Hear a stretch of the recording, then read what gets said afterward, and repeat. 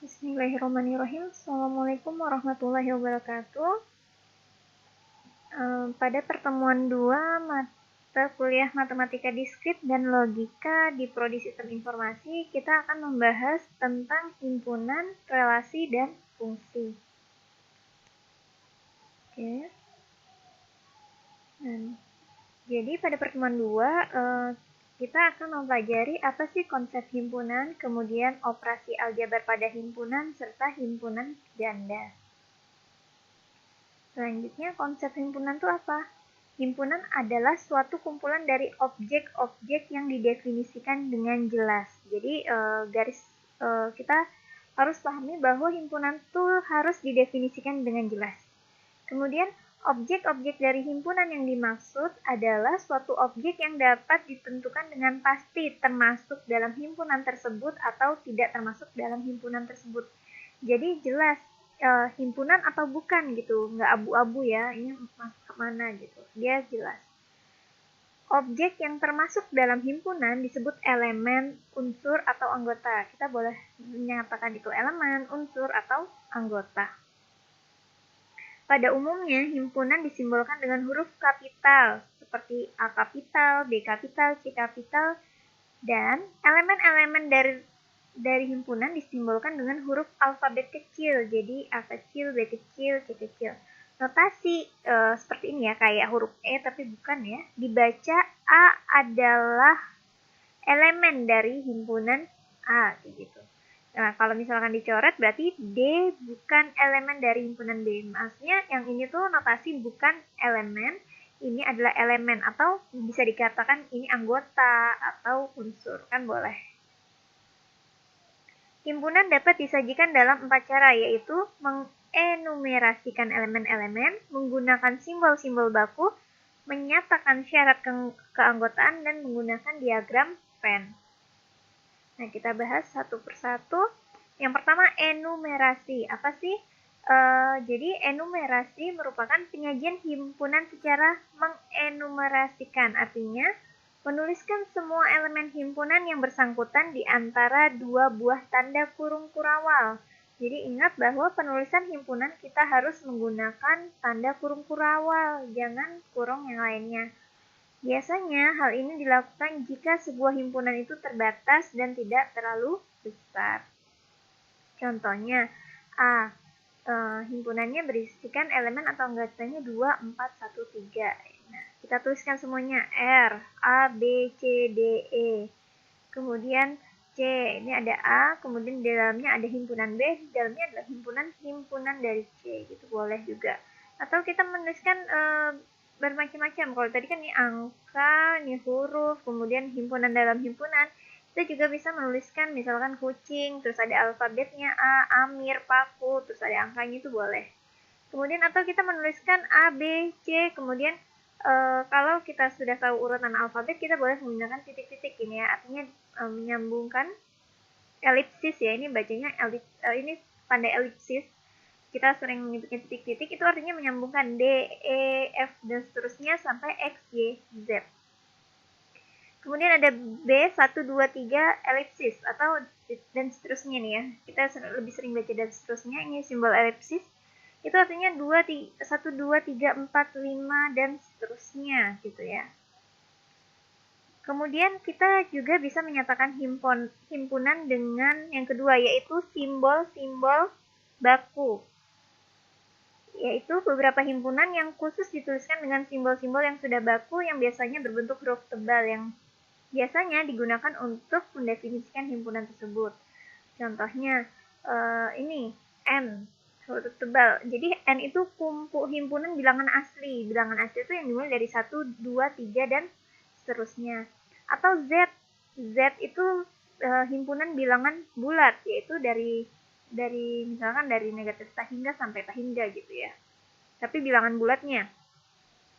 Kemudian P. P itu himpunan bilangan bulat positif. Nah, kalau misalkan Z ini hanya bilangan bulat, berarti kan bisa negatif, bisa positif. Kalau himpunan bilangan bulat positif, kita mulai dari 1, 2, 3, dan seterusnya. R, himpunan bilangan real. Kemudian Q, himpunan bilangan rasional. C, himpunan bilangan kompleks. Yang ketiga, kita dapat menyatakan himpunan dengan notasi pembentuk himpunan. Yaitu, notasi pembentuk himpunan merupakan cara penyajian himpunan dengan menuliskan syarat yang harus dipenuhi oleh elemen himpunannya. Bentuk notasinya, misalkan X sedemikian hingga syarat yang harus dipenuhi oleh X. Jadi kita tuliskan syaratnya. Contoh, A adalah himpunan bilangan bulat positif. Bilangan bulat positif tadi notasinya P ya, yang kecil dari 5. Berarti kita tulis A adalah himpunan X demikian hingga X elemen dari bilangan bulat positif, di mana X-nya lebih kecil dari 5. Bilangan bulat positif kan berarti dimulai dari 1 tadi ya. 1, 2, 3, 4. Ingat, lebih kecil dari 5 berarti hanya sampai 4. Kecuali lebih kecil dari sama dengan, maka 5-nya kita ikut sertakan. Yang B, himpunan bilangan genap positif yang lebih kecil atau sama dari 18. Berarti kita tuliskan X sedemikian hingga X elemen bilangan positif kita kasih keterangan genap yang lebih kecil atau sama dari 8. Berarti kan genap dimulai dari 2 ya, lebih kecil atau sama dengan 8. Berarti 2-nya ikut nih. Berarti B-nya 2, 4, 6, 8. Gimana kalau misalkan nggak ada hanya lebih kecil dari 8, maka 8 yang di sini tidak diikut sertakan. Kemudian cara menyatakan yang keempat yaitu dengan menggunakan diagram Venn. Diagram Venn merupakan cara penyajian himpunan secara grafis dalam diagram Venn, himpunan semesta digambarkan sebagai suatu segi 4, sedangkan himpunan lainnya digambarkan sebagai lingkaran di dalam segi 4 tersebut. Contohnya, ada U atau semesta ya, unit universal nih, semesta.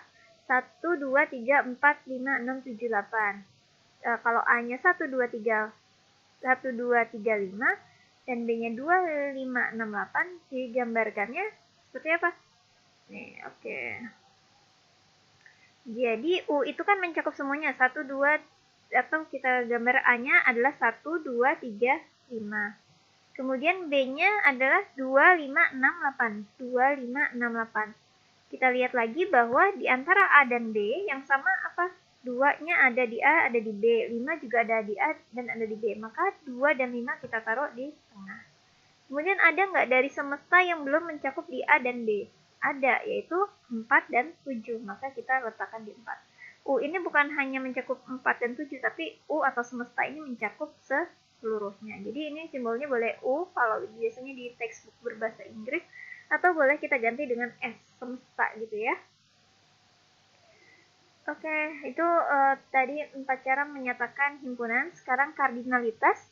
Kardinalitas yaitu sebuah himpunan dikatakan berhingga, finite set, jadi himpunan berhingga, jika terdapat n elemen berbeda yang dalam hal ini n adalah bilangan bulat tak negatif.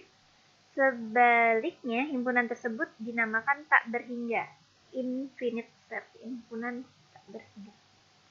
Misalkan, A merupakan himpunan berhingga, maka jumlah elemen berbeda di dalam A disebut kardinal. Jadi, jumlah elemen yang berbeda ya, kalau sama berarti dia dihitung sekali. Dari himpunan A dinotasikan dengan NA atau banyaknya anggota dari himpunan A, atau kita bisa menuliskan kayak seperti mutlak ini, mutlak dari himpunan A. Tapi ini kita bahasanya himpunan, jadi jangan beranggapan wah itu dimutlakan atau matriks, determinan matriks ya, kan gitu, bukan. Ini adalah kardinalitas, yaitu jumlah elemen. Mungkin bisa kita gunakan NA maupun jumlah A dan seterusnya. Contoh X sedemikian hingga X merupakan bilangan prima yang lebih kecil dari 20. Bilangan prima itu kan yang habis dibagi 1 dan dirinya sendiri. Berapa? 8. Coba kita telusuri. Bilangan prima berapa? 2. Terus 3. Kemudian 5. 7. Terus setelah 7 berapa? 7. 8 enggak ya? 9 enggak? 10 enggak? 11. Oke, sudah 5. Kemudian 12 enggak? 13. Oke, yang ke-6 sudah ya? 13. 14 enggak, 15 enggak, 16 enggak, 17 iya, berarti sudah yang ke-7. 18 bisa dibagi, bukan bilang prima. Kemudian 19 juga prima ya. Maka totalnya ada 8. Selanjutnya ini ada himpunan D. Elemen atau unsurnya adalah kucing, A, Amir, 10 paku. Yang berbeda mana? Ini kan kelima-limanya berbeda. Maka kardinalitas atau banyaknya elemen dari anggota B yang berbeda adalah 5. Kemudian ada C, R ya. R sedemikian hingga X merupakan bilangan real. Nah, bilangan real ini kan banyak banget ya, dari min tak hingga sampai tak hingga dan seterusnya. Maka banyaknya anggotanya juga tak hingga. Oke, ini jenis-jenis himpunan, insya Allah di video selanjutnya. Demikian video pertemuan kedua yang pertama. Mohon maaf, ini baru dibuat di pertemuan ketiga ya. Nah, mungkin karena ini ya, manajemen waktu saya yang kurang baik sepertinya. Nanti insya Allah diatur lagi. Sekian pemaparannya, semoga videonya dapat dimanfaatkan mahasiswa untuk sarana belajar. Saya akhiri. Assalamualaikum warahmatullahi wabarakatuh.